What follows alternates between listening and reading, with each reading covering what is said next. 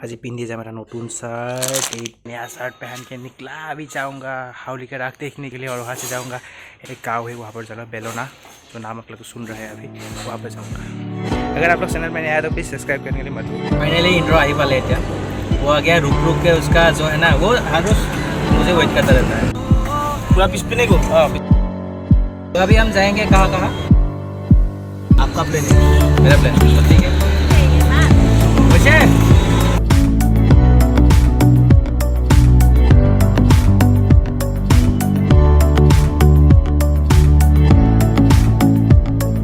जो है ना वेपर ख़राब हो गया है तो इसलिए वाटर डालना पड़ रहा है। मैं भी डाला, वो भी डाल रहा है थोड़ा प्लास्टिक कुछ दिखाई नहीं दे रहा है। तो अभी हम जा रहे हैं, कहाँ जा रहे हैं डेस्टिनेशन में आप लोगों को मालूम चलेगा। ये है तो मेरा वीडियोग्राफर इंद्र। अरे भैया कितने लोग हैं सब करने में? 250 हो गया। तो फाइनली हम पहुंच गए अभी नलबाड़ी डिस्ट्रिक्ट में है। तो क्या था नाम जगह का नाम? बरगुरा। ओ बरगुरा, वहाँ पर लिखा हुआ है बरगुरा। এখানে হর্ন দিছে 20 মিনিট। ও মস্ত মডেল শুন কিউ কাটি ঘুমাই দিছে। 3 কিলোমিটার টার্ন টু লেফট।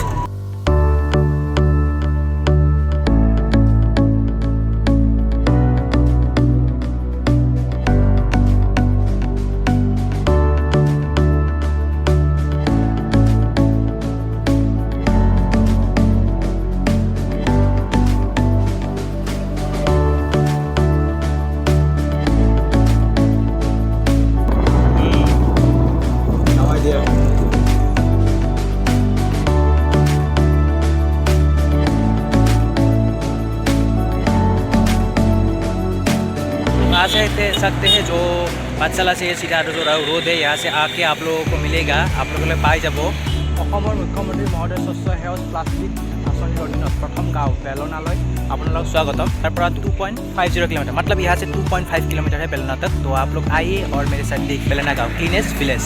मैं भी आया हूँ मेरे फैमिली के साथ। अभी खाएंगे जो है चॉकलेट राखलीला जो हाउली में है, वो भी देखना है। तो आइए चलते हैं बेलोना तक, cleanest village in Assam. Let's go.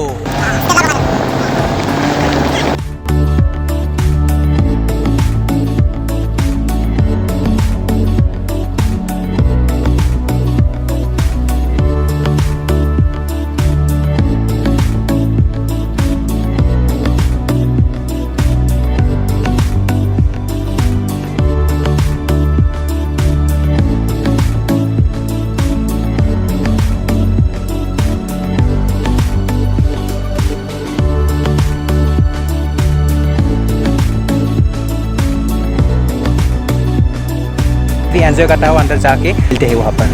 Let's go.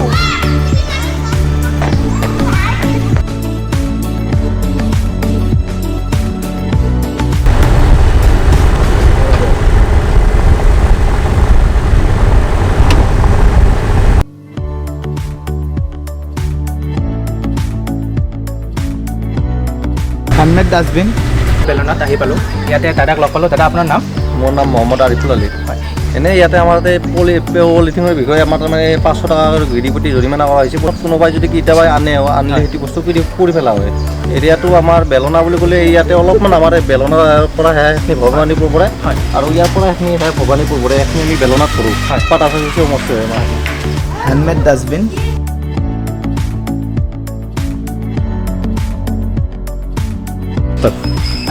নমস্কাৰ।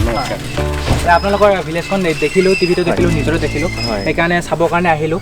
মানে আপোনালোকে কেনেধৰণে মেইনটেইন কৰি আছে এইখিনি মানে ভিলেজখন? আমি 2014 চনতে আমাৰ নতুন দৃষ্টি এনজিঅ' উদ্যোগত এই গাঁওখন স্বচ্ছতা আমি আগবাঢ়িছিলোঁ।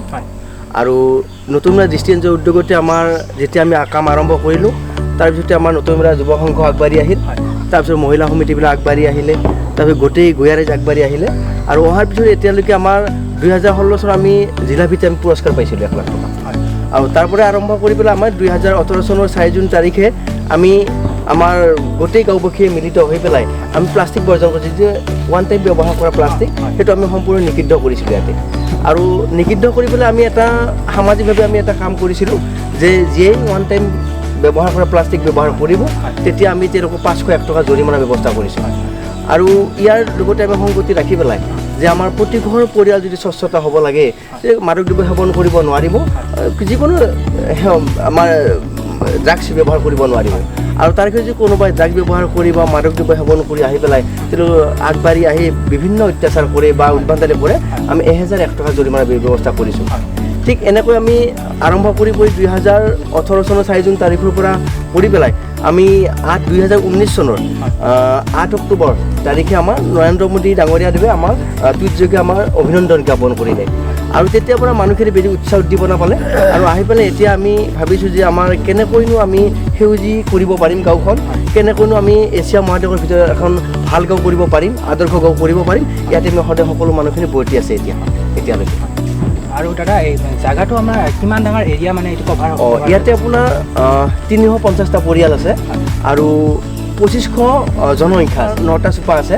8টা আপোনাৰ নামঘৰ এটা মছজিদ আৰু এই যিটো হিন্দু মুছলিম আমি লগ হৈ আছোঁ এতিয়া কোনো ক'ব নোৱাৰে যে আমি ইয়াতে হিন্দু নে মুছলমান আছোঁ সকলোৱে ভাতৃত্বভাৱেৰে আমি সকলোৱে আগবাঢ়ি আছোঁ ইয়াতে আহিলোঁ মই ৰাস্তাৰ পৰা যেতিয়াৰ পৰা সোমাইছোঁ তেতিয়াৰ পৰা বহুতখিনি ভাল লাগিছে যিখিনি মই ৰাস্তাটো চিনি পোৱা নাছিলোঁ কিন্তু সকলোৱে ইমানদৰে ভালদৰে সহায় কৰিছে তাৰ কাৰণে বহুত ভাল লাগিছে হয় হয় খুৰীদেৱে ওচৰত খুৰীয়ে এতিয়া ফুল ৰুই আছে ইয়াতে গেন্ধে মালতী খুৰী আপোনাৰ নাম দি দিওঁ ধুনীয়া হয় ফুল হওক আৰু বহুত ডাঙৰ হওক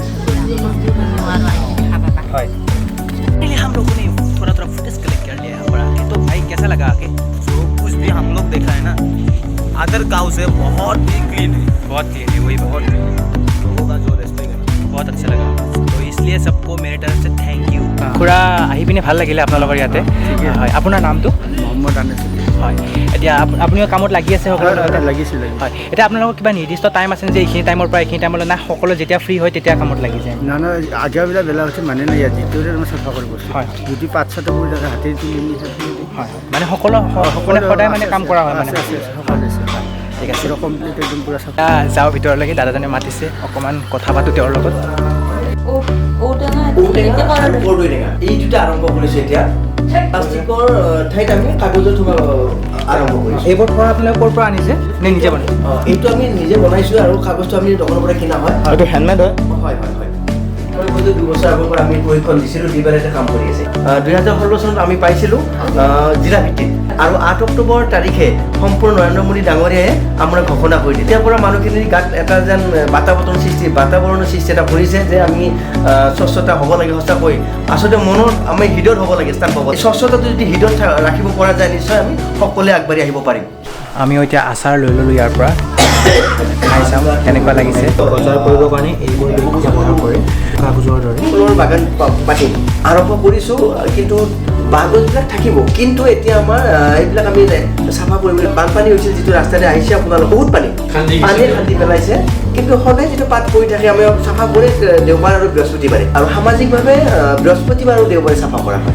আৰু ভাবিছোঁ যে আমি এছিয়া মহাদেশৰ ভিতৰত কেনেকৈ ভাল গাঁও এখন কৰিব পাৰোঁ আৰু এই বেলনা গাঁৱৰ আদৰ্শটো বহুত গাঁৱে লৈছে যে মোৰ জীৱনটো মোৰ স্বচ্ছতাই মোৰ সেৱা বুলি মই এটা মোৰ জীৱন মোৰ পৰিষ্কাৰেই মোৰ জীৱন মই এইটো মই ভাবিছোঁ দেহাত এটোপাল তেজ থকালৈকে মই চাফা কৰি যাম এনেকৈ কথা পাতি যাম বুলি ভাবোঁ এইটো মোৰ মানৱ কৰিছোঁ যে কেনেকৈ গাঁওখন সৌন্দৰ্যটো আনিব পাৰোঁ এতিয়া মিলিজুলি ইয়াতে গছৰ পুলি ৰোপণ কৰিছে আৰু গাঁওখন সেউজীয়া কৰি পিছলৈকে থাকিবৰ কাৰণে তেওঁলোকে যত্ন কৰিছে দেখিছে এইটো তুলসী গছ বকুল গছ নতুন বেলনা কৃষ্টি NGO সেউজ বিপ্লৱ আৰম্ভ কৰিলোঁ NGOটো 25জন মেম্বাৰেৰে গঠিত এজন মেম্বাৰৰ পৰা আমি প্ৰতি মাহে 50 টকাকৈ উঠাওঁ আৰু এই যিখিনি মূলধন আমাৰ জমা হয় আৰু তাৰে মই প্ৰথম 12,000 টকাৰ গছৰ পুলি আনিছিলোঁ আপোনালোকে যেতিয়া সোমাই আহিছে গাঁওখন সোমোৱাৰ লগে লগে এটা পুখুৰী দেখা পাইছে হয় তাত 2014 চনৰ পৰা আমি আৰম্ভ কৰিছোঁ তাত গছ আৰু সেই 2014 চনৰ গছ এইটো 12,000 টকা যেতিয়া আমি খৰচ হৈ গ'ল আমি যেতিয়া ঘেৰ দিছিলোঁ আমাৰ NGOৰ টকাৰে অসমৰ ব্ৰেণ্ড এম্বেছাডৰ আনন্দ খাটুনে ডাঙৰীয়া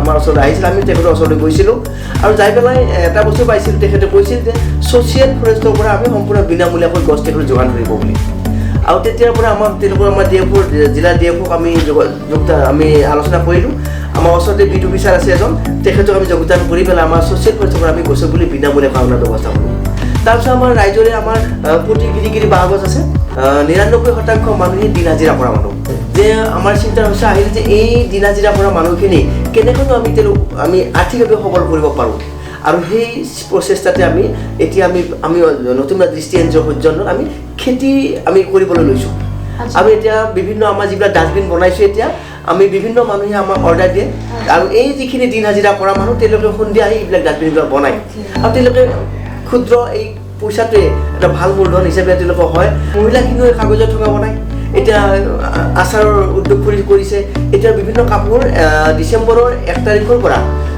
মিটাৰ চিষ্টেমত কাপোৰ বোৱাৰ কাৰণে আমাৰ সমিতিতে আমাৰ অসম চৰকাৰৰ ফালৰ পৰা আমাৰ CM ব্ৰাঞ্চৰ পৰা মাইগভ আছামৰ জৰিয়তে আমাৰ 20টা চলাৰে দিবলৈ আমি পাবলৈ সক্ষম হৈছোঁ দাদাৰ অহাকালি বাৰ্থডে দাদাক মোৰ ফালৰ পৰা আজি এডভান্স হেপী বাৰ্থডে দি দিলোঁ ধন্যবাদ ধন্যবাদ আৰু লগ পোৱাৰ আশাৰে নিশ্চয় ইয়াৰ পৰা আমি ওলালোঁ এতিয়া ইয়াতে আহি পেলাই বহুতেই ভাল লাগিলে আৰু পৰিৱেশটো বহুত ভাল আৰু মানুহৰ ব্যৱহাৰখিনি বহুত ভাল এতিয়া আমি ইয়াৰ পৰা ওলালোঁ আৰু ইয়াতে যাম হাউলি ৰাইফলৈকে আহি থাকক আপুনিও মোৰ লগে হাউলি ৰাইফ এনজয় কৰোঁ